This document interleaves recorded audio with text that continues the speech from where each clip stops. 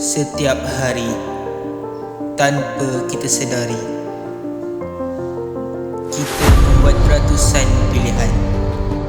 Namun, satu pilihan ini mampu menentukan seluruh masa depan.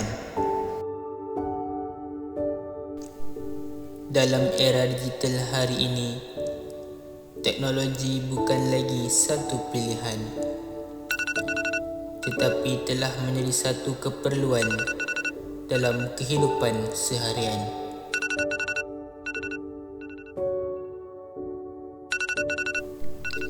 Dari bangun pagi hingga ke saat kita melelapkan mata, hidup kita sentiasa ditemani oleh peranti dan akses tanpa batasan.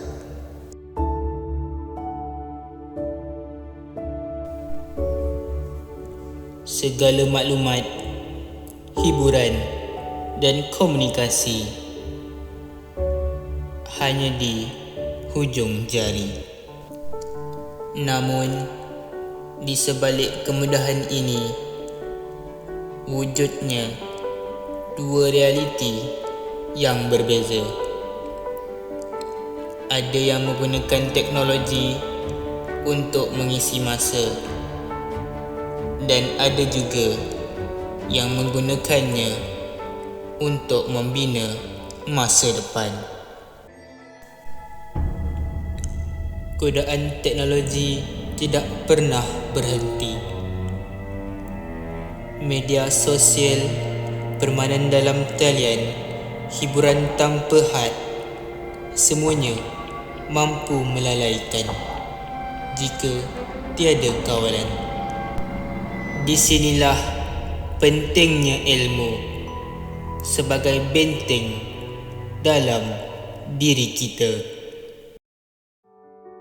Ilmu bukan sekadar apa yang kita pelajari di dalam kelas, tetapi apa yang difahami dan diamalkan dalam kehidupan. Dengan ilmu di hati, seseorang mampu membezakan antara manfaat dan kemudaratan teknologi. Apabila ilmu bergabung dengan teknologi, lahirlah generasi yang berdaya saing, kreatif dan berinovasi. Teknologi bukan lagi sekadar hiburan, tetapi menjadi alat untuk memperkasa diri. Persoalannya, bagaimana kita memilih untuk menggunakan teknologi dalam hidup kita? Adakah untuk melalaikan atau untuk membina masa depan?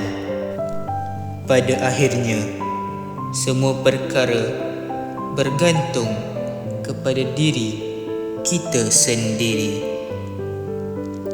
Bagaimana kita menggunakan apa yang ada di tangan kita hari ini akan menentukan arah kehidupan kita pada masa hadapan. Pilihan itu sentiasa ada, dan kita yang menentukan ke mana arah kita. Dalam diam, pilihan itu membentuk masa hadapan.